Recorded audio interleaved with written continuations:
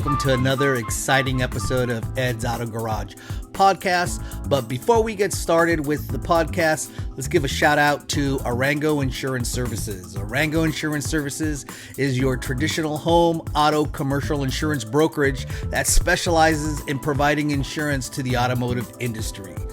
From exotic and collector cars and private automotive collections to insuring automotive OEM repair shops, restoration shops, automotive component manufacturers, and even dealerships. We write coverages with many of the top carriers, and we can customize a policy to fit your needs. Check us out, Arango Insurance Services at www.arangoins.com or call us at 949-887-1274. Again, 949-887-1274. And stay tuned to this podcast. It's a good one. Thanks. Bye.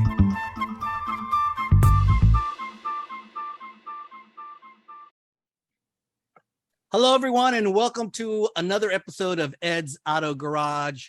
This is season 2 for Ed's Auto Garage. Again, coming to you live from here in my garage in Huntington Beach, California. This is Ed Arango, and today we have a great show, a great guest. Paul Montesano is with us today. Paul is the former president of the Orange County Mustang Club and the current president of the Huntington Beach Car Club.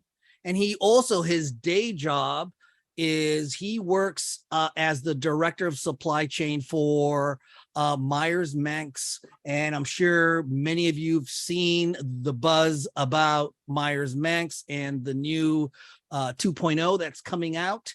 And it's just blowing up all over the internet, and it is going to be quite a phenomenon. I'm going to guess, Paul, welcome to the show. I'm going to guess that everybody is really excited about this, and you guys probably a little bit more attention that you guys probably started expected so early. Yeah, thank you, Ed, and appreciate being on the show today. Thank you. Yeah, it's kind of blown up a lot faster and bigger than I think everybody anticipated. Obviously the buzz with, electric vehicles these days. But, the history of the Meyers-Manx and Bruce Myers, a lot of people don't know the history of the vehicle, but it is the original dune buggy. Yeah. They are pretty much legendary. The company was bought 2 years ago by a private equity firm, Truesdale Ventures, before Bruce passed away a year ago. And these are car guys. So they've relaunched the company and relaunched it with gangbusters. We did a run of the classic bodies.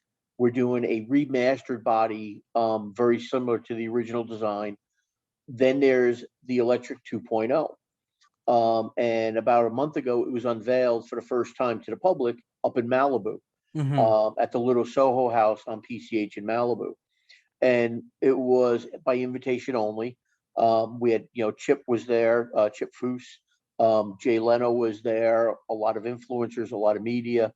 And from that moment on, it went crazy. And then last week, as you know, was Quail and Monterey Car Week. Yep. And then, they had it up there on display as well. Started listing out all the options and what features it was going to have, how the roof line was going to work, the powertrain that's going to be in it. And then that Friday at Quail, they opened up the deposits that can be put down on a car. Now, mind you, it's still a lot of development work to go, and production won't start until 2024. But, all the groundwork and all the designs are being finalized, but it is a phenomenal looking vehicle. The response we got literally coming in from all over the world. Never mind the United States, Australia. They are Manx maniacs down in Australia. All over Europe, South Africa, a lot from resorts in the Caribbean. Because it's zero emissions. They want to have them at the resorts to tool around resorts. Kind of like the old Fiat Jolly used to do for them. Exactly. Yeah. Golf courses, residents a lot. California, obviously, when we looked at the breakdown of by state, obviously California was one of the biggest. Florida is the next biggest because, you have all those retirement communities down there. Well, golf cart, Manx. Let me think. Mhm. Cruising around in a Myers Manx in a retirement community and golf community would be kind of nice. Yeah, and it's going to be a lot. I mean, we see them. I mean, we even see them here. You see Mhm. golf carts running around. Yep. But I mean, a Myers Manx is going to be, somewhat a little bit more substantial of a vehicle to feel a little bit more Yeah. comfortable driving on a road. Maybe you're not going to be flying, to LA every day on the 405 in it, but Mhm. but at least you feel a little bit more substantial in a vehicle like that. But before we get kind of going into this direction, Sure. Paul, let's learn a little bit about you. Let's find out. Not for nothing, but I sense a little bit of East Coast accent there. Just a little bit. So why don't you tell us about your upbringing and what got you into the whole car world, and what got you hooked on cars as a young kid? So I grew up in North Jersey, just outside New York City. So I'm a transplant here in Southern California. And growing up, my neighbor had a 1978 Mustang II Cobra, the Oh, Shelby Cobra. sure. Everybody, most Mustang people hate the Mustang II and think it's probably the ugliest ones, but that's what got me hooked on them. And I just became an instant Mustang fan. And I've owned multiple ones over the years, from an LX coupe to a GT. My first stick was a 5-speed GT. And then from there, when we moved to California, I'm like, okay, we're living in California. Um, you got to have a classic car. It's Southern California lifestyle. So did you move to California like with your parents and family, or was it something that you came over already as like an adult or something, as No, with married or I something? I was 29 years old. I've spent 35 years in working in the aerospace and defense industry, and at the time, I worked for Fairchild Aerospace. So Fairchild decided they're going to close the facility in Hasbrook Heights, New Jersey, and they're moving it to California. Got it. So I was one of 10 people that was asked to come with the company. So my wife, who is from Ridgewood, New Jersey, we figured, they've given me a 2-year contract. If we don't like it after 2 years, we go home. Well, that was 1994. Mm, So we've been out here ever since. yeah. So our son was born and raised out here in California. Our son Dominic, he grew up. He went to Edison High School in Huntington Beach, Right. right down the road from you. Right. And then he got accepted to San Diego State University. Good. Good Um, deal. and then he actually transferred for his senior year up to Cal State Dominguez Hills, for a more stringent program than what San Diego State could offer him.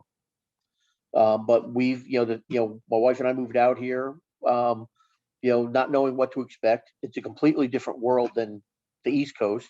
Yeah. But you can't beat the weather out here. I mean, the weather, you know, you know, 365 days a year, although we could use some rain.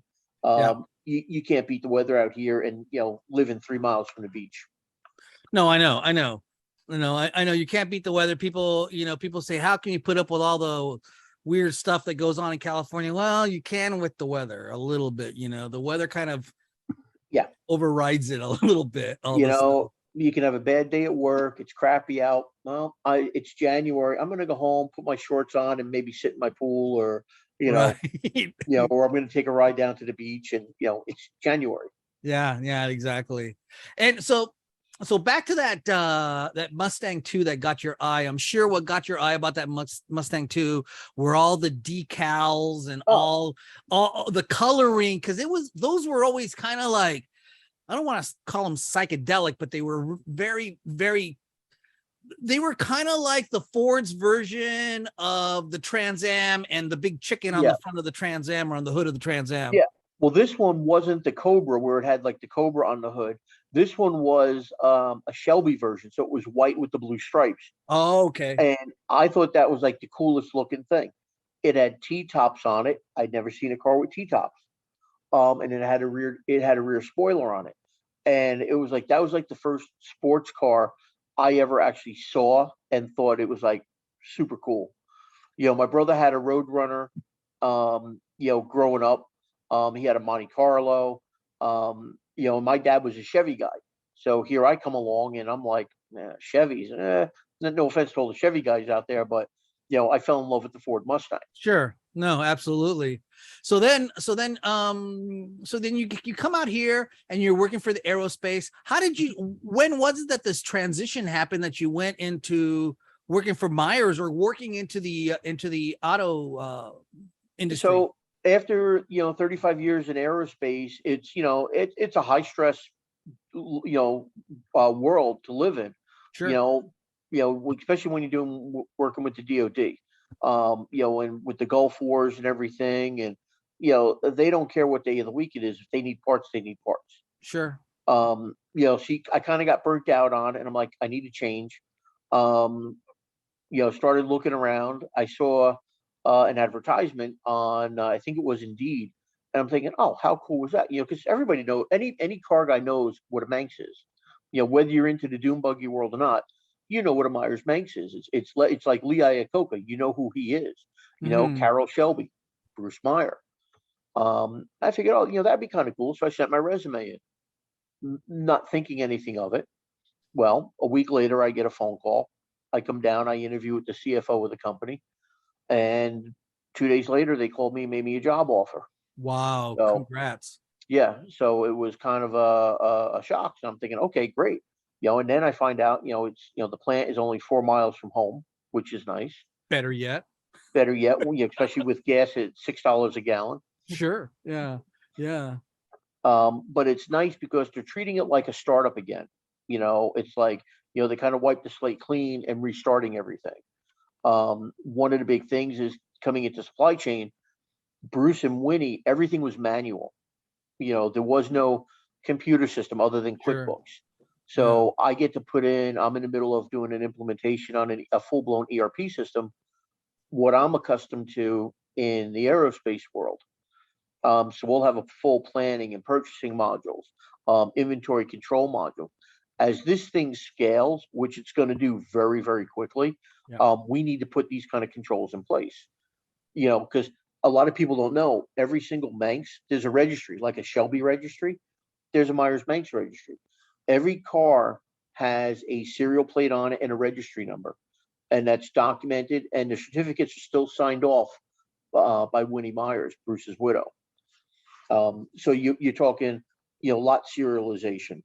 So is that primarily because of just authenticity to make sure that everyone identifies this as a Myers Manx and not some other knockoff one? Correct, because Bruce never patented it. There's so many knockoffs out there. Yeah. Like the Cobras. There's Factory 5. Hillbank Superformance. There's a dozen people making Cobras. Well, same thing with the dune buggy world. There's so many Manx knockoffs, but there's certain things that you can tell, certain characteristics and badging that's done, so it is a real Manx. Yeah. We get requests all the time. Hey, I just bought this dune buggy.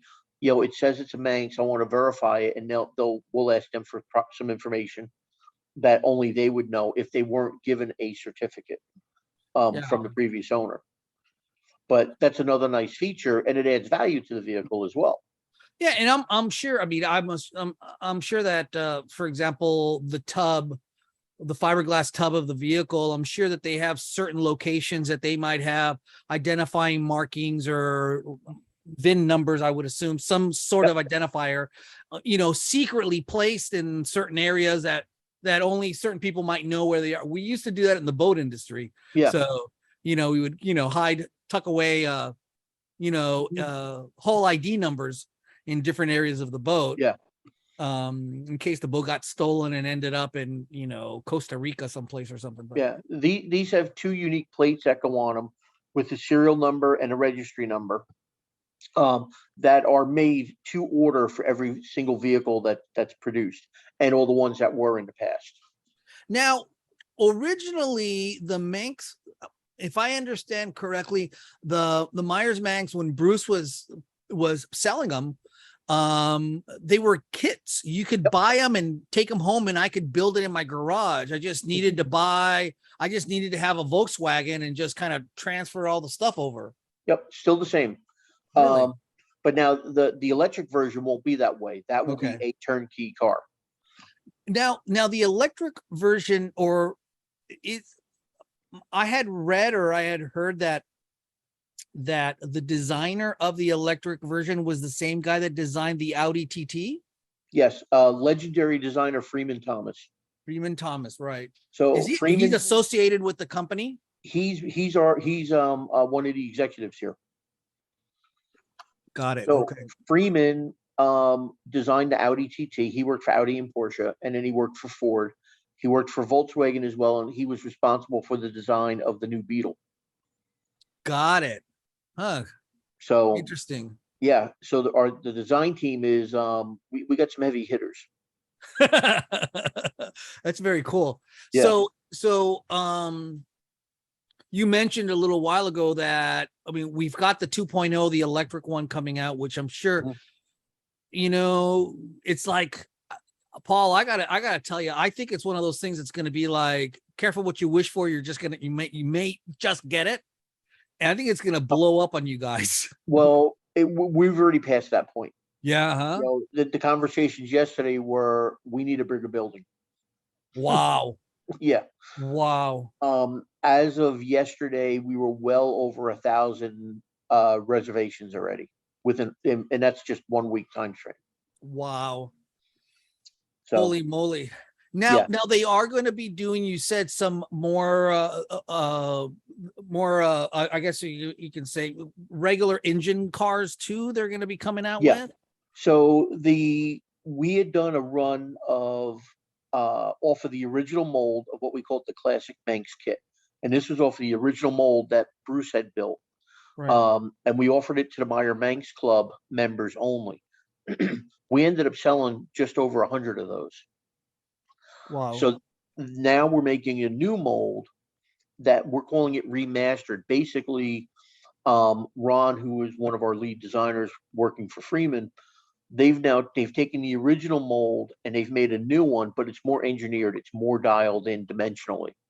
Not for nothing, but the original mold, it's 1960s technology. Sure.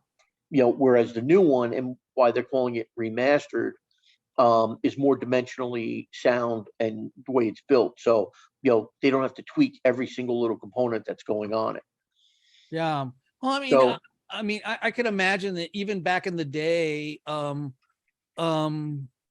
they may not have known exactly the tolerances and the thicknesses of the fiberglass and the gel coat needed, and the way around that was just make it thicker, make it fatter, make it thicker. So you probably had some tubs that were probably the old original ones that were really heavy and really thick, because but then that also brings stress cracks and things that can happen down the road. Whereas the new one, the remastered one is, again, dimensionally, and it's a lot more dialed in. The tolerances are a lot better. Right. So since we've launched that, we're well over 120 orders on those as well. So do you guys have any idea of what kind of powertrains you guys are going to be using in those? You're not going to be taking Volkswagen Bugs anymore. Well, those on the remasters, again, they're kits. Uh-huh. So when we say a kit, you're talking the body, a hood, and a dash. That's a kit. Okay. Now, people can add on all the accessories, a roll bar in raw steel or stainless steel. They can do a rear bumper, a front bumper. They can do what we call a special drop-down dash for different gauges. You have, sorry, I'm drawing a blank on the seats. What kind of seats they may want. Mounting brackets. They can order a windshield from us. They can order the Manx headlights from us. We have real nice. We have an arrangement with a great supplier where we have high performance LED headlights, vintage headlights. So all depending on what they want. So we have people that are buying just the bare kit. We have other people that are buying every available option they can get with it. They are then responsible for the chassis, the rolling chassis. Got it. So now a lot of them, what they do is they take an old bug from the 60s, they peel the skin off of it, and now to fit the Manx body, it needs to be shortened. Mm. So they'll shorten it, re-support it, new welds on it, clean it up and powder coat it. What's nice is when you drop that Manx body on it, you've got the VIN number that is now used from the original VW bug. So if you put that on a 1968 bug, now you've got a 1968 Manx. It's a special vehicle. It's a 68 Manx, and it gets registered as a special vehicle. So they are street legal. There's license plate on them, and that's why you see them out on the streets. Yeah. Because they have headlights, they have tail lights, brake lights, Blinkers, and they have blinkers, directionals, and they're registered. so can somebody come to you, or I'm assuming you guys may not do it, but you guys may steer them in a certain direction. If they said, I just want to buy a brand new one, I want it all done. I'm not going to build it in my garage. I don't want a kit. Yeah. Can they still do that? Yeah, we can steer them in the right direction as to who can build it for them. We will do a couple during the course of the year, but they're special ones, usually for shows, or their internal vehicles. And I'm assuming that probably held true back in the day with Bruce when he was running the company too. He probably handled it that same way. Yeah, correct. But the 2.0 definitely is going to be a factory built car. And correct. Here are the keys. Yeah, that'll be turnkey. Under rules, I think it's 325 that we can build in a year without being considered a major manufacturer of automobiles. Wow. So that was going to be my next question, was going to be like, how many do you guys anticipate within the next year? So 325? We are restricted by the rules and laws that we can only do 325 a year. Wow. So you know what's going to happen there, right? Mm-hmm. The value of those things are going to go up to the roof. Yeah. So I mean, regardless, because I don't even think you guys have published yet a MSRP on these things. No. That's all being finalized, because what the design team is doing now is they're going through, okay, what options is it going to have? We know it's going to have 2 battery sizes. Great. What colors are going to be available? What tops are going to be available? Stainless steel, the powder coat. So all of that's being finalized over the next several weeks. And then an MSRP will be released. Yeah, because I mean, you guys need to do that, because you need to really dial it in and not have to go back and make corrections and stuff like that. And exactly, I mean, not for nothing, you see what's happening with like companies like Rivian or something like that they release the price and they got everybody excited, and then they come back and they go, well, it's gonna go up $8,000. I mean, to the guy that's buying that car at $60,000, maybe 8,000 is, but it just kind of leaves a bad taste in your mouth. It's like, they weren't upfront. You don't want to do that. And that's where it's nice having the veterans and the heavy hitters working on the design team, let alone the chairman, Philip Sarafin, who's the chairman, wants this thing dialed in, and it makes perfect sense to make sure you do that up front. Has there been any talk? I mean, and I don't know if you can share it or not. Has there been any talk about, like another manufacturing facility in another country, maybe in Australia, maybe in Europe, someplace or something like that, just because of logistics? One of the things that makes the Myers Manx unique, especially like even now, everything is domestically sourced. 100% of this vehicle, everything I do, all my components, all my subcontractors, plus what we do inside, everything is domestically sourced, which people want. People want a Southern California built Manx. That's true. They don't want one that was built in New Jersey, or no disrespect to Florida, they don't want one built in Florida. You think Myers Manx, you think Southern California, you think Huntington Beach, and that's another reason why the headquarters is located where it is. Yeah, I mean, it is kind of an all-encompassing vibe, lifestyle, a brand that can be shared worldwide, and it gives those people in Scotland, a little bit of Southern California if they Yeah, happen to buy that car. yeah. I Yeah. mean, No, no, that makes sense. That makes sense. we for logistically, that'll be something that we'll need to work out as we go down the road. But Right. the requests have come in from all over the world. Yeah. No, I could imagine. I could imagine. So let's talk a little bit more or a little bit about some of your after work events. So like we said, you were the former president of the Huntington Beach, or excuse me, the Mustang Club, Hmm. Orange County Mustang Club.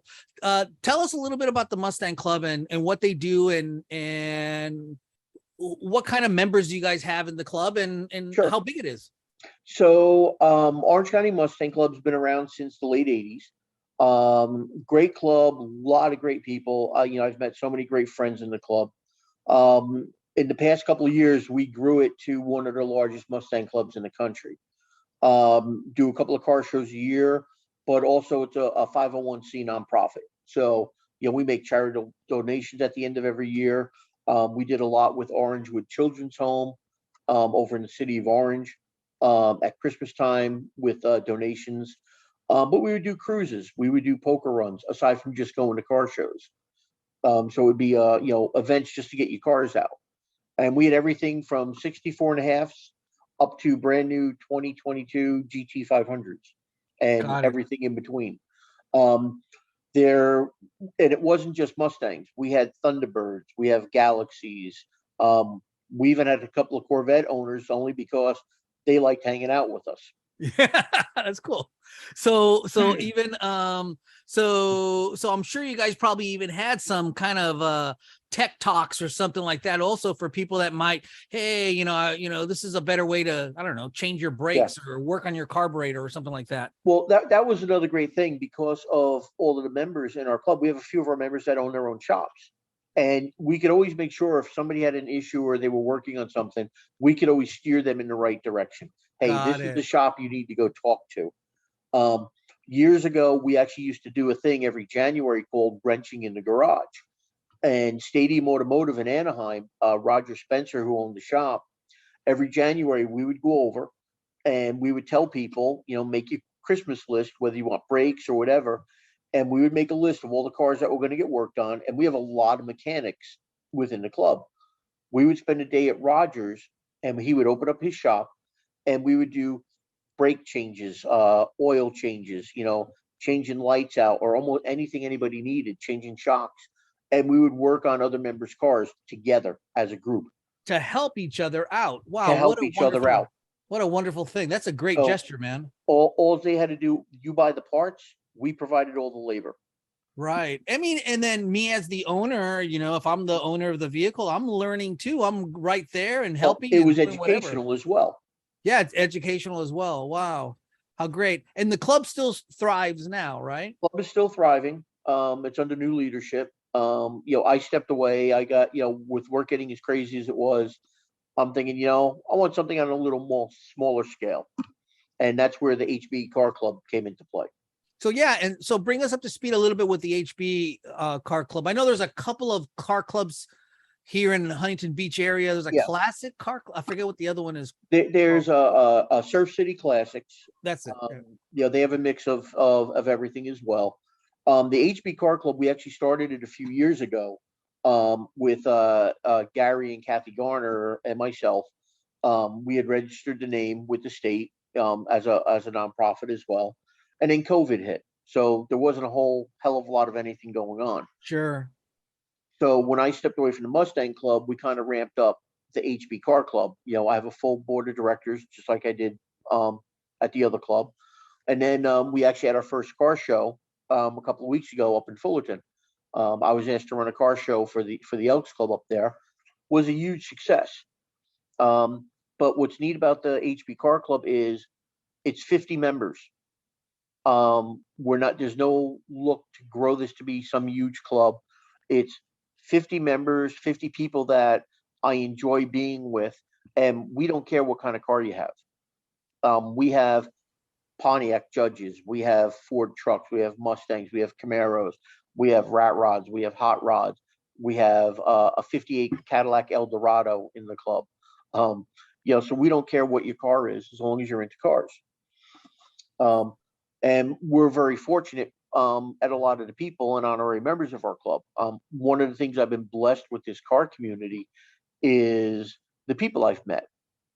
I mean, you were at our car show a couple of weeks ago. I turn around and Barry McGuire and Karen McGuire are at our show.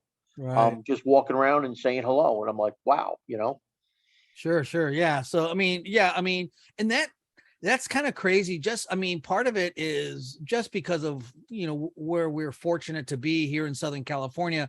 You could go to events and all of a sudden, Jay Leno shows up and Yeah. he's walking around and all of a sudden you're at another event and, and like you said, like the McGuires might be showing up or, even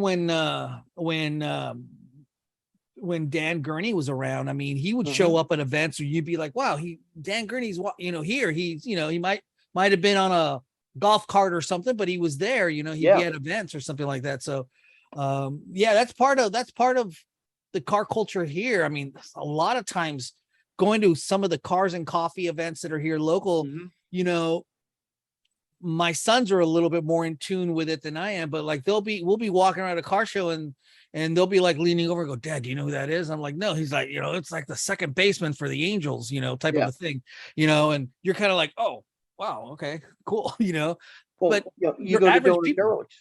You go to Donut Derelicts on a Saturday morning and there's 300 plus cars and, you could run into Chip walking around. Hell, I've run into Reggie Jackson, who is a huge car guy, and me being a huge Yankee fan, I'm like, I know who that is. Yeah, but Donut Derelicts, man, I don't know what it is about Donut. I love Donut Derelicts. Donut Derelicts is literally 3 blocks away from my house. It's just straight up Magnolia right there at Adams and Magnolia, the donut shop. Man, but those guys get up so flipping early. If you're there at 6 o'clock, you're late. Yeah. It's like I'm getting the sleep out of my eyes and I'm pulling in. I'm like, I can't even find a place to park. I've literally done a couple of laps and I have to leave. There's no place to park. You can't find a place to park. Yeah, exactly. I had family come out 2 months ago and I told them, hey, we'll take the convertible. I want to bring you down to the donut shop. They wanted to experience it. My sister's like, well, what time do we need to get up? I said, we need to be out of the house by 5:30. And she's like, you're kidding me. I said, no.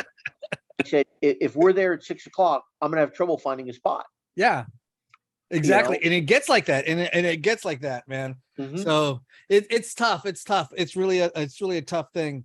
So tell me about some of the events. I know we've got an event coming up here in a couple of months that's really kind of near and dear to everyone's heart and mostly to the McGuires.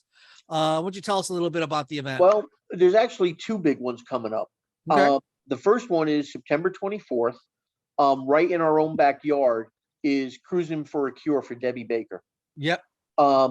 Phenomenal lady. This is going to be the 22nd or 23rd year of Cruising for a Cure. And how that all started was Debbie's husband was a car guy. He was diagnosed with prostate cancer and passed away. So Debbie started this little car show, and it started small. Well, she now averages over 3,000 cars and probably 20,000 spectators at the fairgrounds. Yeah. It is the largest single day car show on the West Coast. And it's just spectacular. And for the guys, I go every year. You can go in, get your blood drawn and get your blood checked for prostate cancer as early warning. And what's neat is it's free. Debbie arranges for a company to come out and draw the blood. And then it's neat because they do a group shot of all the people that were diagnosed and are survivors. And the group picture has grown every year. McGuire's are heavily involved with it. There is what they call the hangar. If you've ever been to the fairgrounds, in the center of the fairgrounds, there's 5 buildings, and the main building is the hangar. Well, that becomes the McGuire's hangar, and that's by invitation only. They put 50 to 60 cars in there every year. You're only in there once. Your car can never be in there again. I was very fortunate in 2018. My '65 Mustang went in the hangar. I was invited to go in. But the cars that you see in there are like none other. It's just spectacular. Let alone the other 3,000 cars that'll be on the grounds. Well, I'll tell you, I've gone to the event a number of times over the years, and it is kind of a little mind blowing. It almost feels like you're walking around a little. And I guess maybe it's because of the buildings or whatever. You feel like you're walking around a little car city for a moment Yeah. there, because you're going into this building, you walk out, you go into that building, you walk out, and then and then there's a parking lot with tons of cars out there parked of all the people that are at the event and or showing their cars at the parking lot. But definitely, just like you mentioned, the prostate exam, I've gone and had it done a number of times there. And it's, I think that for most men, I mean, it should be something that nobody It's a should pass no-brainer. up. Yeah, it's a no-brainer. You shouldn't pass that up. You need to have yourself checked. So, I mean, that's wonderful. And we're looking forward. My wife and I are looking, she enjoys going to that event. So that's a good one. Now, another thing, they did it for the first time at the last one before COVID, and they're doing it again this year. In one of the buildings is going to be the Women in Wheels exhibit.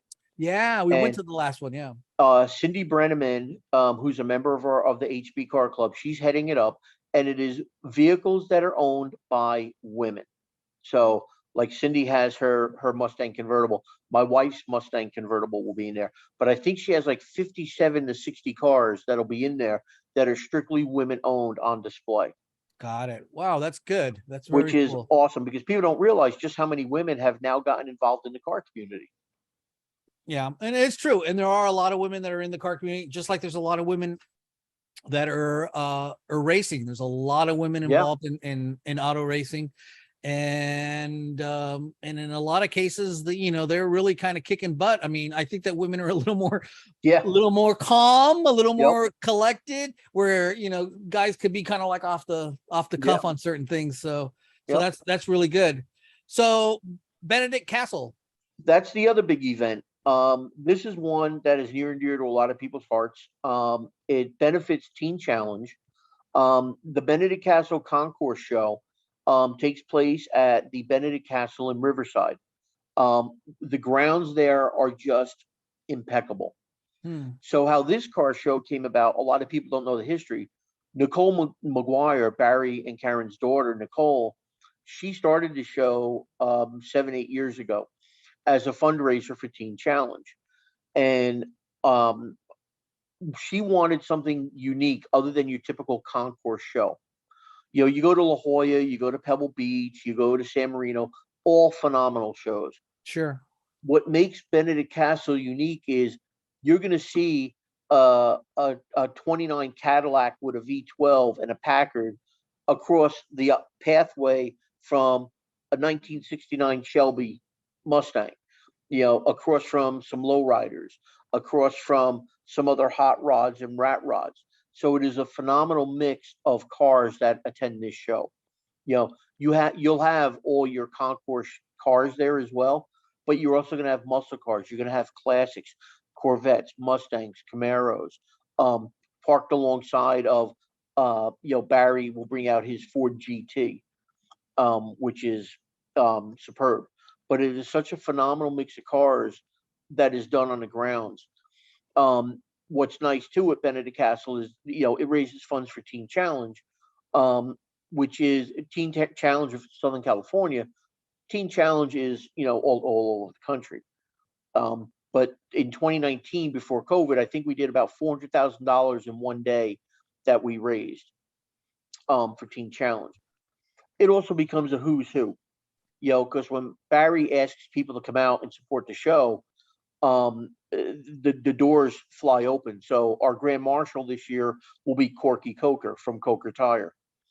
A lot of people know Von Hot Rod, who's a pinstriper, Johnny Martinez, who's a pinstriper. These guys will donate a lot of time and things for the raffle. But then you get guys like Mike Brewer, who's going to fly in from the UK, and Anstead, those two paired up from Wheeler Dealers, Chip Foose, John DiAgostino, Linda Vaughn, Cleo Shelby, the Barris kids, George Barris's kids come. it becomes a who's who of celebrities and car people that are there. And just so that people, I mean, we've mentioned Barry Maguire a bunch of times, Mhm. just so that everybody's very clear, and I'm assuming everybody would be that's listening to this. We're talking about Barry Maguire, the founder of Maguire's Car Wax, and Correct. the whole process of Mhm. car care chemicals, Yep. which are now, I guess he has sold that to 3M. 3M. Yeah, Yeah, he sold the company a couple of years ago to 3M, but Barry is still kind of the figure the head of the company. of the company. Yeah, yeah. Okay, good. Wow. So this is really great. I mean, and when is that show at Benedict? That one is May 21st of 2023. Here is actual. I will have this posted up on my Facebook page and our car club website. Okay, Benedict Castle. Um, Yep. there we go. Yeah, a little better. There we go. Perfect. Yeah. And registration should be opening up probably this week for it, which is great. And And, the cars that are there are just impeccable. is there is there a fee for people to come see the cars? Is it to, if you're not bringing a car? There's a $10 Entry? fee to walk in the gate, but again, that all goes to Teen Challenge. Okay, very good. Um, Like as it should. Yeah, and like Debbie Baker does for Cruising for a Cure, you get a tax receipt. So you Mhm. register for Cruising for a Cure, you get a tax receipt for the year. Benedict Castle is the same way. They do a gala dinner the night before. Dave Coons from ABC TV hosted it the last time, and they presented Ed Iskandarian and Gene Winfield, two legendary guys, with some plaques.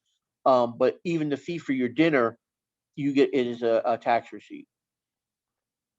So then you'll have these guys receiving, will be presenting plaques and to certain members Yeah. or attendees. Each year, each class gets judged. Got it. Michael Stoops, who is one of the head corporate trainers at Maguire's, is the head judge, and he has teams that will go out and handle specific classes, and they will judge the cars. And Michael puts together a phenomenal program for judging them. And then the winners will actually be presented with a plaque down by the main stage at the end of the day. Got it.